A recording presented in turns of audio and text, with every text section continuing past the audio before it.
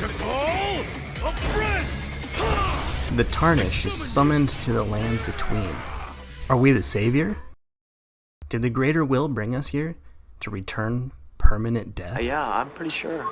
Pretty sure. To die, to be really dead, that must be glorious. This is the opening of the video I had been working on for a long time. I just kept getting stuck and it didn't seem right. Something was missing. Something, I don't know what. Elden Ring itself is kind of confusing, and I thought maybe that's a good place to start. Rather than a purely visual comparison, we're going to go more thematic.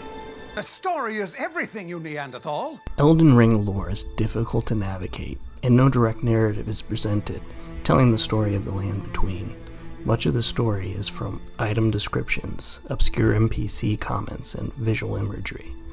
Look up Elden Ring lore. There are hours and hours on the topic. Elden Ring won a Nebula Award for Best Writing in a Video Game. The man won a Nebula Award. This award, it frustrated some people. What? Given the seeming lack of a direct narrative. But it's a video game, not a book or a movie. It's not bound to the same storytelling conventions of other media. Video games are a beautiful art form that is an immersive, interactive experience. As an art form that combines multiple standalone forms of art together into many, many moving parts, it can be easy to miss something in plain sight or for it to go unnoticed or ignored as white noise or just part of the setting. There are themes and repeating enemies that occupy Elden Ring, I believe, fall into that unappreciated category. Mainly the prevalence of fungus, rot, and decay, and stagnation. There are pools of red rot, and entire landscapes lay all but barren, save for a few familiar growing mushrooms. Animals with their skeletons exposed, still alive, or undead rather, wandering the wastelands called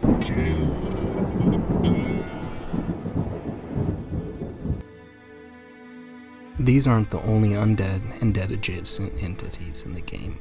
In addition, there are spectral knights, wandering nobles, lamenting ghosts, unable to move on, and other undead characters. We also find decomposers and symbols of degradation.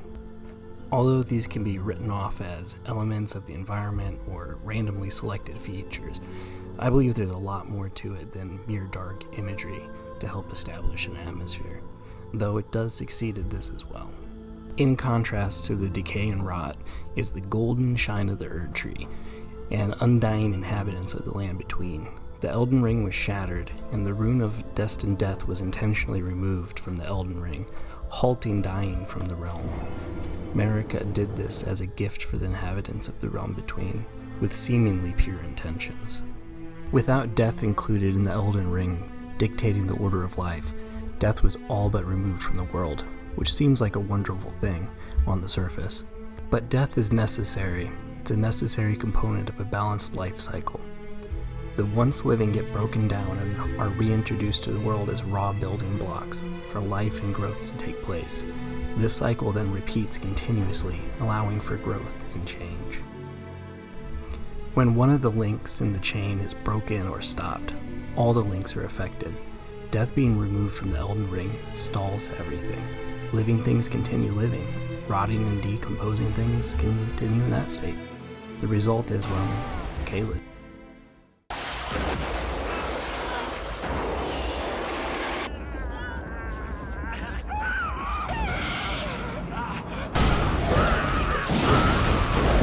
Everywhere are experiencing a breakthrough. I'm full! Taco Bell's new Big Bell value menu.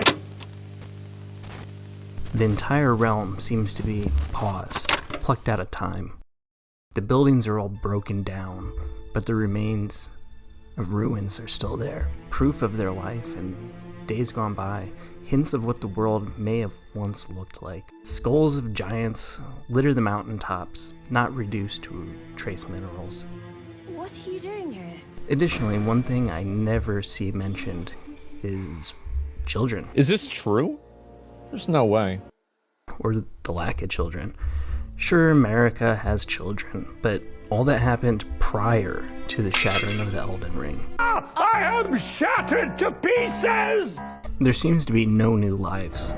The closest new lives are mechanical bodies or synthetic ones, but most of them serve as new frames for old souls or automatons. There's the manufactured lives of the Albinurics, pale, weak-legged, humanoid type creatures, but they lack purpose, and they're said to be cursed because they're removed from the grace of the Erd tree. There's also more grotesque, weird second-generation Albinurics, the gray hunched-over ones that like doing cartwheels.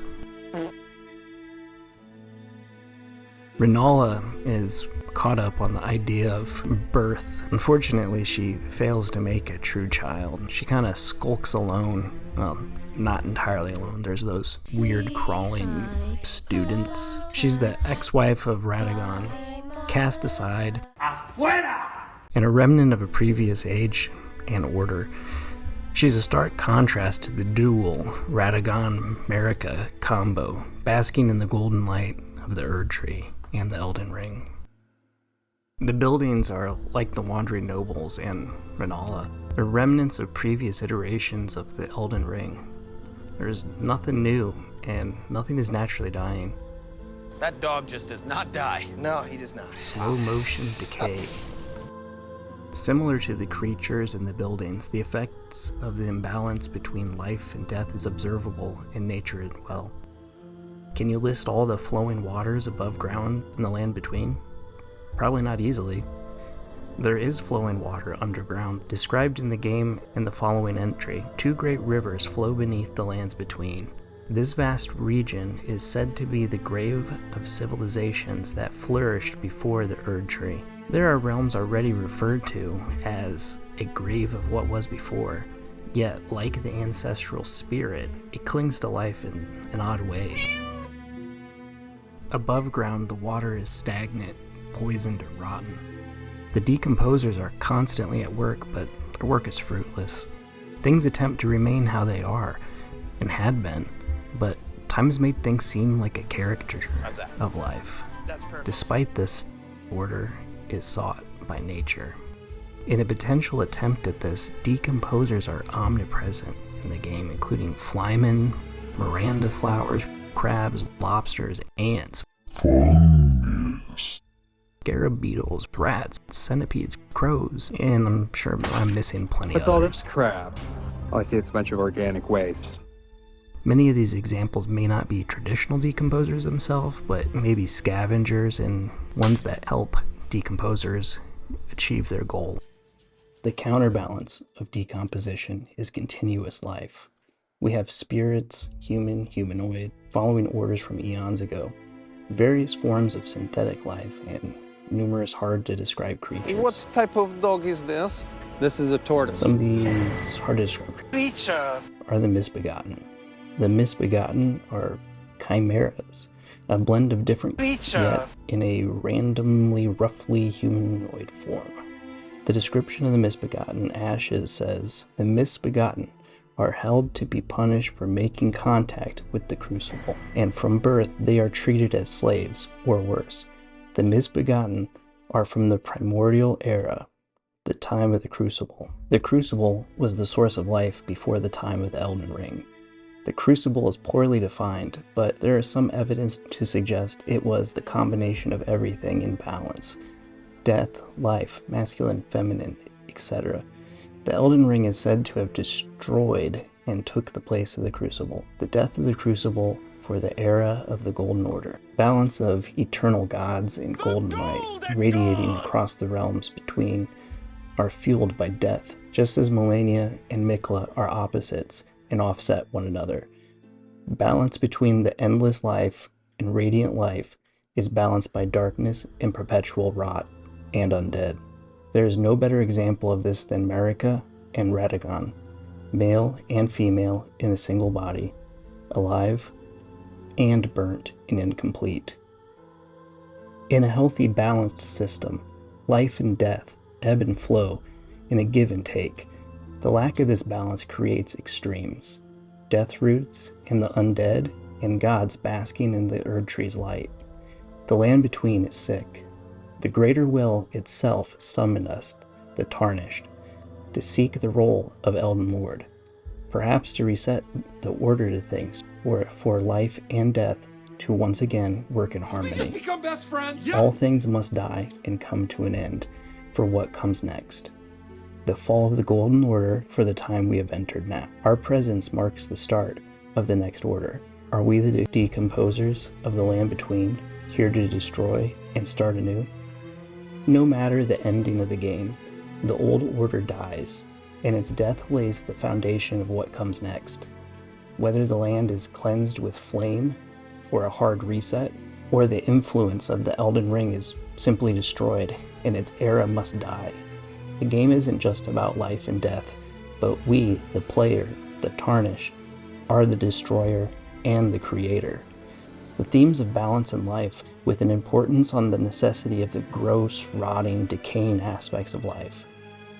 Without death, there can be no life. Death is not to be feared, but embraced, like a deathbed maiden. Part of the allure and fun of this game is its story and its lore, and the amazing room for personal interpretation. Let me know yours. Thank you for listening to my interpretations of this wonderful and complex game.